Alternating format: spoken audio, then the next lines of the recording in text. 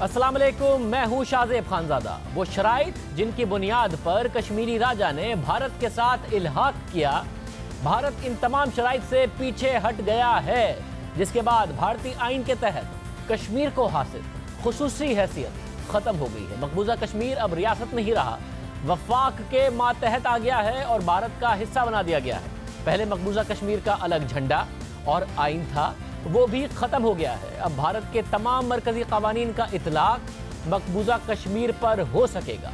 भारतीय शहरी भी अब कश्मीर में कारोबार कर सकेंगे और जायदादें खरीद सकेंगे। मोदी हुकूमत के इस फैसले के बाद खदशा है कि कश्मीर में कश्मीरी अक़लियत में बदल जाएंगे और दीगर कौमें अक्सरियत में आ जाएंगी।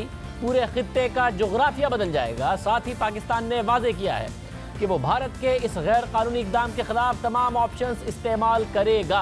भारतीय इक़दाम के बाद न सिर्फ कश्मीर में बल्कि खित्ते में भी कशीदगी फैल गई है और फिर से मुहाजराई में इजाफा हो रहा है, तनाव बढ़ रहा है। ये सब कुछ हुआ है भारतीय जनता पार्टी की हुकूमत के एक फैसले के बाद। भारतीय हुकूमत ने आज आइन के आर्टिकल 370 को मनसूख कर दिया है। यह आर्टिकल क्या है, इसका पस मंज़र क्या है और यह आर्टिकल मकबूजा कश्मीर के कश्मीरियों के लिए कितना अहम है और इस आर्टिकल के खात्मे से कश्मीर का मामला कहाँ खड़ा होगा, इस पर तफसील से बात करेंगे। भारतीय वज़ीर दाखिला अमित शाह ने आज भारतीय पार्लियामेंट में कश्मीर को नीम खुद मुख्तारी देने वाले आर्टिकल 370 ख़त्म करने की तजवीज़ पेश की। अमित शाह ने जो तजवीज़ पार्लियामान में पेश की, इसके मुताबिक कश्मीर अब मरकज़ के ज़ेर इंतज़ाम रियासत यानी यूनियन टेरिटरी होगी, जिसकी अपनी कानून साज असम्बली होगी। इसके अलावा भारतीय हुकूमत ने मकबूजा कश्मीर को दो हिस्सों में तकसीम कर दिया है। एक वादी कश्मीर जो मरकज़ के ज़ेर इंतज़ाम होगा और उसकी अपनी असम्बली होगी, जबकि दूसरा हिस्सा लद्दाख का होगा जिसकी कोई असम्बली नहीं होगी। इस ऐलान के बाद भारतीय पार्लियामेंट में अपोजिशन की जानिब से शदीद रद्द-ए-अमल सामने आया और कश्मीर से ताल्लुक़ रखने वाले अरकान असम्बली ने भारतीय आइन फाड़ दिया। कश्मीर से अरकान असम्बली ने कहा कि भारत ने उनके साथ धोखा किया। साथ ही भारत के कानूनदान और आज़ाद सहाफ़ती हल्के भी इस हुकूमती इक़दाम पर तनक़ीद कर रहे हैं। भारतीय आइन में आर्टिकल 370 की एक तारीख़ है जो तकसीम से पहले के क़वानीन की बुनियाद पर है।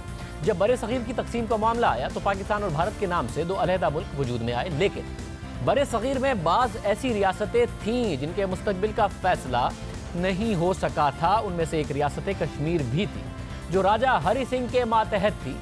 ये मुस्लिम अक्सरियती रियासत थी। बरे सग़ीर की तकसीम के वक्त जो उसूल रखे गए उसमें से एक उसूल ये भी था कि आज़ाद रियासत कश्मीर की अक्सरियत मुसलमान थी और इम्कान ये था कि कश्मीर पाकिस्तान के साथ इल्हाक करेगा। अलबत्ता इब्तिदाई तौर पर राजा हरि सिंह ने आज़ाद हैसियत में रहने का फ़ैसला किया, मगर किसी भी हतमी फ़ैसले से पहले रियासत कश्मीर के हालात ख़राब हुए, जंग की फ़िज़ा कायम हुई और राजा हरि सिंह ने कश्मीर में अपनी बादशाहत कायम रखने के लिए भारत से मदद तलब कर ली। लेकिन भारत ने मदद करने से पहले कश्मीर के सामने इल्हाक की शर्त रख दी। राजा हरि सिंह ने शर्त कबूल कर ली और 26 अक्टूबर 1947 को कश्मीर के राजा ने भारत के साथ इल्हाक कर दिया, जिसमें तीन चीज़ें शामिल थीं कि भारत जम्मू और कश्मीर के तीन मामलात को देखेगा, जिसमें पहला दिफा, दूसरा मवासलात और तीसरा बैरूनी मामलात यानी खारजा उमूर शामिल होंगे। इसके बदले में राजा हरि सिंह को ये यकीन दिलाया गया कि बाकी तमाम मामलात के लिए कश्मीर अपनी कानून साज असम्बली के ज़रिए अपने कवानीन बनाएगा। इस मुआहदे पर पाकिस्तान ने सवालात उठाए और करार दिया कि यह इल्हाक दबाव का नतीजा है। फिर मामला अक़वाम मुत्तहिदा के पास गया। अक़वाम मुत्तहिदा ने 1948 में एक करारदाद मंसूर की जिसमें कहा गया कि पाकिस्तान और भारत अपनी फ़ौजें इस रियासत से वापस बुलाएं, जिसके बाद रियासत में रेफरेंडम कराया जाएगा ताकि कश्मीरी अवाम खुद ये फैसला कर सकें पाकिस्तान और भारत में से किसी एक मुल्क के साथ इल्हाक करना है। मगर इस करारदाद पर अमल दरामद नहीं हो सका। इसी दौरान कश्मीर में एक शख्स लीडर के तौर पर उभर रहा था जिसका नाम शेख अब्दुल्ला था और भारत ने इस मामले का फ़ायदा उठाते हुए 30 अक्टूबर 1948 में मकबूजा कश्मीर में एक एमरजेंसी के तहत हुकूमत कायम कर दी और शेख अब्दुल्ला को वज़ीर आज़म मुकर्रर कर दिया गया और फिर कश्मीर के लिए रेफरेंडम का मामला दबता चला गया। इसी दौरान भारतीय वज़ीर आज़म जवाहरलाल नेहरू और शेख अब्दुल्ला के दरमियान कश्मीर के इल्हाक को हतमी शक्ल देने के लिए दिल्ली एग्रीमेंट के नाम से बहस का आगाज़ हुआ। इस मामले को देखने के लिए कश्मीर में कानून साज असम्बली बनाई गई। इस कानून साज असम्बली ने आर्टिकल 370 के खदोखाल तय किए, जिसके तहत कश्मीरियों के भारत के साथ ताल्लुक़ को हतमी शक्ल दी गई। लेकिन कश्मीरियों की अपनी रियासत में क्या हैसियत होगी, इस हवाले से भी बहस होती रही। 1954 में सदारती हुक्म के जरिए आर्टिकल 370 की बुनियाद पर कश्मीर से मुताल्लिक आर्टिकल 35A को शामिल किया गया, यानी कश्मीर से मुताल्लिक भारतीय आइन में आर्टिकल 370 और आर्टिकल 35A को शामिल किया गया। इसकी इजाज़त कश्मीर की आइन साज असेंबली ने दी और इस असेंबली ने खुद को 1957 में डिसॉल्व यानी ख़त्म कर दिया। आर्टिकल 370 और 35A को समझने से पहले हमें यह समझने की ज़रूरत है कि इन आर्टिकल्स के लिए कश्मीर की आइन साज असेंबली की रजामंदी शामिल थी, जिसका अब वजूद नहीं है। तो अब जायज़ा लेते हैं कि भारतीय आइन के आर्टिकल 370 का, जो भारत के कश्मीर से ताल्लुक़ की बुनियाद है, भारतीय आर्टिकल 370 के मुताबिक भारतीय आइन कश्मीर को ख़ास हैसियत देता है। आर्टिकल 370 के मुताबिक कश्मीर का अपना आइन होगा, अपना झंडा होगा। दिफा, खारजा मामलात और मवासलात के अलावा कश्मीर के पास तमाम मामलात पर कानून साजी करने का अपना इख्तियार होगा। भारत को अगर दीगर मामलात पर कानून साजी करना पड़े तो इसे रियासत की असेंबली की इजाज़त लेनी होगी। यानी भारतीय पार्लियामेंट इस आर्टिकल के तहत कश्मीर से मुताल्लिक सिवाय दिफा, खारजा और मवासलात के अलावा कोई कानून साजी नहीं कर सकता। अगर इसे कानून साजी करनी है तो इसे पहले पार्लियामेंट में यह कानून पास करना होगा, फिर यह कानून कश्मीर की असेंबली में जाएगा और अगर वो मंजूरी देते हैं तब जाकर वो कानून कश्मीर पर लागू होगा।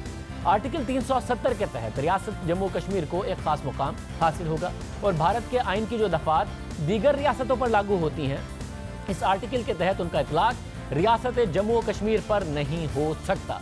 आर्टिकल 370 के तहत भारतीय हुकूमत सिवाय जंगी हालात के जम्मू और कश्मीर में किसी किस्म की इमरजेंसी भी नाफिज नहीं कर सकती। यानी आर्टिकल 370 का एक हिस्सा तो यह है कि कश्मीर में कौन से कवानीन लागू होंगे और कौन से नहीं। ये मामला तो हमने आपके सामने रख दिया, लेकिन इस आर्टिकल 370 को ख़त्म कैसे किया जा सकता है, ये मामला भी आर्टिकल 370 के अंदर मौजूद है। आर्टिकल 370 की शिक नंबर 3 के मुताबिक भारतीय सदर एक पब्लिक नोटिफिकेशन के जरिए इस आर्टिकल को ख़त्म या महदूद कर सकते हैं, लेकिन आर्टिकल को ख़त्म या महदूद करने के लिए सदारती नोटिफिकेशन से पहले रियासत की आइन साज असेंबली की सिफारिश ज़रूरी है। यानी कश्मीर की अपनी आइन साज असेंबली की सिफारिश से पहले भारतीय सदर आर्टिकल 370 को ख़त्म या महदूद करने का नोटिफिकेशन जारी नहीं कर सकते। अब कश्मीर की आइन साज असेंबली तो 1957 में ख़त्म हो गई, तो तकनीकी तौर पर सदर को नोटिफिकेशन जारी करने से पहले रियासती असेंबली की इजाज़त चाहिए होगी, लेकिन इस वक्त कश्मीर में कोई रियासती असेंबली है ही नहीं, क्योंकि वहाँ जून 2018 से गवर्नर राज लगा हुआ है और गवर्नर ने इस बिल की मंजूरी भी दे दी है। यानी एक मुतनाज़े तरीके से आर्टिकल 370 को ख़त्म किया जा रहा है, लेकिन जम्मू कश्मीर से मुतालिक आर्टिकल 370 को भारतीय पार्लियामेंट या सदर ख़त्म कर सकते हैं या नहीं। इस हवाले से भारतीय सुप्रीम कोर्ट के सीनियर तरीन वकील राम जेठमलानी ने एक तकरीब से खिताब करते हुए कहा कि इस आर्टिकल को जम्मू कश्मीर की आइन साज असेंबली ने मंजूर किया है और भारतीय पार्लियामेंट इसे ख़त्म नहीं कर सकती। दूसरा अहम मामला यह है कि सिर्फ रियासत कश्मीर की ख़ास हैसियत को क्यों गैर आइनी तरीके से ख़त्म किया जा रहा है, क्योंकि भारत की दीगर रियासतों को भी भारतीय आइन में ख़ास मकाम हासिल है। ऐसी रियासतें मौजूद हैं भारत में। भारतीय आइन के आर्टिकल 371A के तहत नागालैंड की रियासत को भी खास हैसियत हासिल है। आर्टिकल 371A के तहत नागालैंड के वासियों के समाजी और मजहबी मामलात भारतीय पार्लियामेंट के कानून के दायरे से बाहर होंगे। सिविल और क्रिमिनल केसेस के मामलात भी नागालैंड के वासियों की रिवायात के मुताबिक तय पाएंगे। नागालैंड की रियासत को अपने वसाइल और ज़मीन पर हक़ हाकमियत हासिल होगा। इसी तरह आर्टिकल 371B के तहत रियासत आसाम, आर्टिकल 371C के तहत रियासत मणिपुर, आर्टिकल 371D के तहत रियासत आंध्र प्रदेश और रियासत गोवा को भी ख़ास मकाम हासिल है। लेकिन मुतनाज़े तरीके से सिर्फ कश्मीर के मामले पर रद्दो बदल किया जा रहा है। आर्टिकल 370 के खात्मे के साथ ही सदारती हुक्म के तहत इसमें शामिल किया जाने वाला आर्टिकल 35A भी ख़त्म हो गया है, क्योंकि आर्टिकल 35A कश्मीर की असेंबली को यह अख्तियार देता है कि वह अंदरूनी मामलात पर खुद से फैसला करे और भारतीय पार्लियामेंट इन फैसलों के खिलाफ कोई कानून साजी नहीं कर सकती। अब मकबूजा कश्मीर की असेंबली ने अपनी खुद मुख्तारी के हवाले से जो फैसले किए थे उनमें से कुछ ये थे। जम्मू कश्मीर की हदूद से बाहर किसी भी इलाके का शहरी रियासत में जायदाद का मालिक नहीं बन सकता था, यहाँ सरकारी नौकरी हासिल नहीं कर सकता था और ना कश्मीर में आज़ादाना तौर पर सरमायाकारी कर सकता था। लेकिन अब किसी भी भारतीय शहरी को ये तमाम हुकूक हासिल होंगे।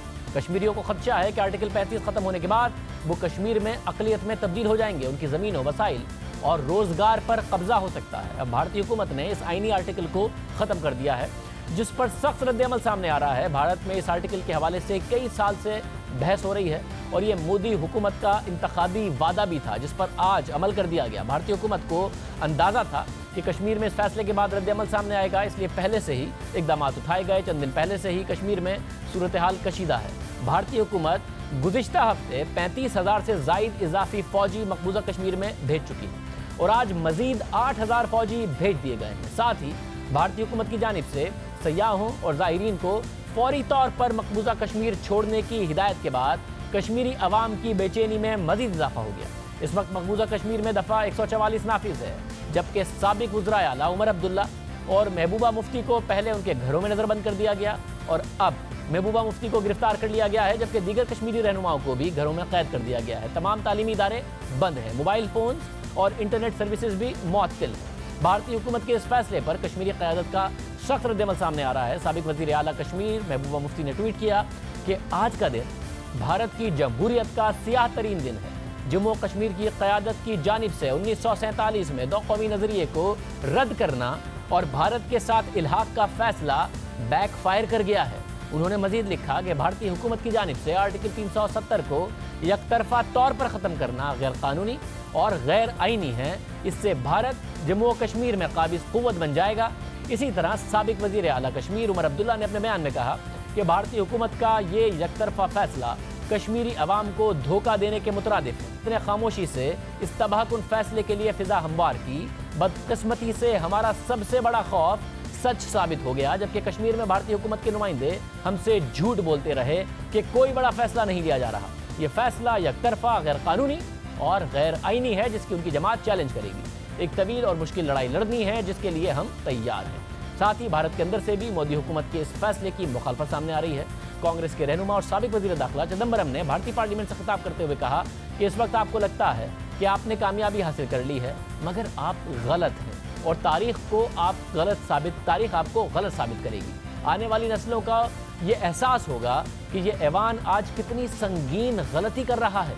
ये भारतीय आइन की तारीख का सियाह तरीन दिन है। पाकिस्तान ने भी भारतीय हुकूमत के ऐलान को मुस्तरद कर दिया है। भारतीय हाई कमिश्नर को दफ्तर खारजा में तलब करके एहतजाज रिकॉर्ड कराया गया। एहतजाजी मुरासले में भारत से कहा गया है कि पाकिस्तान मकबूजा कश्मीर के हवाले से भारतीय इक़दाम को यकसर मुस्तरद करता है। मकबूजा कश्मीर के स्टेटस में तब्दीली का भारतीय इक़दाम गैर कानूनी है और आलमी कवानीन और सलामती काउंसिल की करारदादों की खिलाफ वर्जी है। सेक्रेटरी खारजा ने कश्मीरी रहनुमाओं की नज़रबंदी, मवासलाती निज़ाम की बंदिश की भी मुखालफत की। सेक्रेटरी खारजा ने मकबूजा कश्मीर में आबादी का तनासुब बदलने की भारतीय कोशिशों पर तशवीश का इजहार किया। इससे पहले भारतीय ऐलान के बाद दफ्तर खारजा ने बयान में जारी किया था, जिसके मुताबिक मकबूजा कश्मीर बैनुल-अक़वामी तौर पर एक तस्लीम शुदा मुतनाज़े इलाका है। भारतीय हुकूमत का कोई एकतरफा इक़दाम मुतनाज़े हैसियत को तब्दील नहीं कर सकता और अक़वाम मुत्तहिदा की सलामती काउंसिल की करारदादों के मुताबिक मकबूजा कश्मीर एक मुतनाज़े इलाका है। तर्जुमा दफ्तर खारजा के मुताबिक भारतीय इक़दाम मकबूजा कश्मीर और पाकिस्तान के अवाम के लिए कभी काबिल कबूल नहीं होगा। तर्जुमा दफ्तर खारजा के मुताबिक बैनुल-अक़वामी तनाज़े में एक फ़रीक की हैसियत से पाकिस्तान भारत के गैर कानूनी इक़दामात से निमटने के लिए हर मुमकिन रास्ता इख्तियार करेगा। पाकिस्तान मकबूजा कश्मीर के अवाम के हक़ खुद इरादियत के हुसूल के लिए उनकी सियासी, सिफारती और इखलाकी हिमायत जारी रखेगा। अब ये बहुत अहम एलामिया है। पाकिस्तान ने वाज़ेह कर दिया है कि पाकिस्तान एक फ़रीक की हैसियत से तमाम इक़दाम उठाएगा और हर मुमकिन रास्ता इख्तियार करेगा। साथ ही सिफारती कोशिशें भी शुरू हो गई हैं। अक़वाम मुत्तहिदा ने पाकिस्तान और भारत से ज़्यादा तहम्मुल की अपील की है और कहा है कि वो इस बात को यकीनी बनाने की अपील करती है कि सूरत हाल मज़ीद ना बिगड़े। इसके अलावा वज़ीर आज़म इमरान खान का तुर्क सदर तैयब एर्दोआन और मलेशिया के वज़ीर आज़म महातीर मोहम्मद से भी रब्ता हुआ है। इस वक्त सूरत हाल ये है कि मुल्क की सियासी क़यादत मुत्तफ़िक है, भारतीय इक़दाम की मज़म्मत कर रही है। साथ ही सदर मुमलिकत ने कल पार्लियामेंट का मुश्तरका इजलास तलब कर लिया है, जिसमें मसला कश्मीर पर बात होगी। इसके अलावा आर्मी चीफ ने कल कोर कमांडर कॉन्फ्रेंस भी तलब कर ली है। इससे पहले गुज़िश्ता रोज़ लाइन ऑफ कंट्रोल पर बिलाजवाब भारतीय फायरिंग और सरहदी इलाके में क्लस्टर बॉम्ब फेंकने के मामले पर कौमी सलामती कमेटी का इजलास हुआ था, जिसके एलामिये के मुताबिक भारत अपनी नाकामियों को छुपाने के लिए परेशानी में पुरखतर ऑप्शंस इख्तियार कर सकता है। मकबूजा कश्मीर में इजाफी भारतीय फौज जलती पर तेल छिड़कने के मुतरातिफ है। भारतीय अज़ाइम खित्ते में तशद्दुद बढ़ाकर इसे फ्लैश पॉइंट बना सकते हैं। भारत तनाज़े पर के पुरअमन हल की तरफ बढ़े कौमी सलामती कमेटी ने एलामिया में कहा कि भारत पाकिस्तान को उकसाने के लिए शहरी आबादी को क्लस्टर बॉम्ब से निशाना बना रहा है, लेकिन पाकिस्तान किसी भी भारतीय मुहिमजोई का मुंह तोड़ जवाब देने के लिए तैयार है। इसी इजलास से खिताब करते हुए वज़ीर-ए-आज़म इमरान खान ने कहा था कि भारतीय हरदर्मी से खित्ते का अमन तबाह हो रहा है। किसी भी भारतीय मुहिमजोई या जारियत का पूरी कौम की मदद से जवाब दिया जाएगा। भारत ने जहां एक तरफ मकबूजा कश्मीर की खुसूसी हैसियत ख़त्म कर दी है, वहीं लाइन ऑफ कंट्रोल पर भी जंग बंदी की खिलाफ वर्जियों में न सिर्फ इजाफा कर दिया है, बल्कि LOC के अतराफ शहरी आबादी पर क्लस्टर बमों का इस्तेमाल शुरू कर दिया है। ISPR की मुताबिक भारतीय फ़ौज ने 30 और 31 जुलाई की रात वादी नीलम में मासूम शहरियों को क्लस्टर बॉम्ब से निशाना बनाया, जिससे 4 साल बच्चे समेत 2 अफराद शहीद और 11 शदीद जख्मी हुए, जो मुख्तलिफ अस्पतालों में ज़ेर इलाज हैं। ISPR के मुताबिक क्लस्टर बमों का इस्तेमाल करके भारतीय फ़ौज जिनेवा कन्वेंशन और बैनुल-अक़वामी इंसानी क़वानीन की खुली खिलाफ वर्जी की मुर्तकिब हो रही है। तमाम बैनुल-अक़वामी इक़दार को बालाए ताक रखते हुए शहरी आबादी पर ममनूअ हथियारों का इस्तेमाल भारत के मकरूह चेहरे और इखलाकी इक़दार को बेनकाब करता है। DG ISPR major general Asif Ghafoor ने भी अपने ट्वीट में भारतीय फोर्सेज की तरफ से क्लस्टर बमों के इस्तेमाल की मजम्मत की। उनका कहना था कि कोई हथियार कश्मीरियों के हक़ खुद इरादियत के हुसूल के अज़म को नहीं दबा सकता। कश्मीर हर पाकिस्तानी के खून में गर्दिश करता है। कश्मीरियों की जिद्दोजहद हर सूरत कामयाब होगी। वज़ीर-ए-आज़म इमरान खान ने अपने ट्वीट में कहा कि वो भारतीय हमले की मजम्मत करते हैं। भारत ने इंसानी हुकूक की खिलाफ वर्जी करते हुए क्लस्टर बमों का इस्तेमाल किया और रिवायती हथियारों से मुतालिक 1983 के मुआहदे के अपने ही वादे की खिलाफ वर्जी। अक़वाम मुत्तहिदा की सलामती कौंसिल आलमी अमन सलामती को दरपेश खतरात का नोटिस ले। पाकिस्तान की सिविल और अस्करी क़यादत ने भारत की जानिब से क्लस्टर बम इस्तेमाल करने की न सिर्फ मजम्मत की, बल्कि इससे होने वाले नुकसानात पर मुख्तलिफ ममालिक के दिफाई ताशियों का आज मुतासरा इलाकों का दौरा भी कराया गया, जिसमें चीन, बरतानिया, फ्रांस, रूस और जर्मनी के दिफा ताशी शामिल थे, जिन्होंने कंट्रोल लाइन का दौरा किया और भारत की जानिब से क्लस्टर बमों से होने वाले जानी और माली नुकसानात का जायजा लिया। अब पाकिस्तान इस हवाले से क्या इकदाम करेगा? ब्रेक के बाद हमारे साथ वज़ीर ख़ारजा शाह महमूद कुरैशी क्या क्या ऑप्शन है जिस पर पाकिस्तान गौर कर रहा है और क्या क्या अभी तक पाकिस्तान ने किया, इस पर तफसील से बात करेंगे एक ब्रेक के बाद।